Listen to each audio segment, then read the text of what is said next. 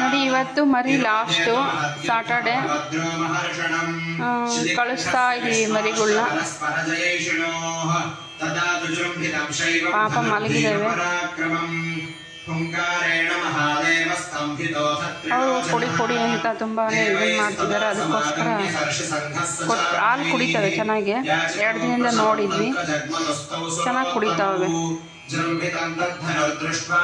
ಅದಕ್ಕೋಸ್ಕರ ಕಳಿಸ್ತಾ ಇದ್ದೀವಿ. ಹಾಲು ಚೆನ್ನಾಗಿ ಕುಡಿತಾವೆ. ಇವತ್ತೇ ಲಾಸ್ಟ್ ಡೇ.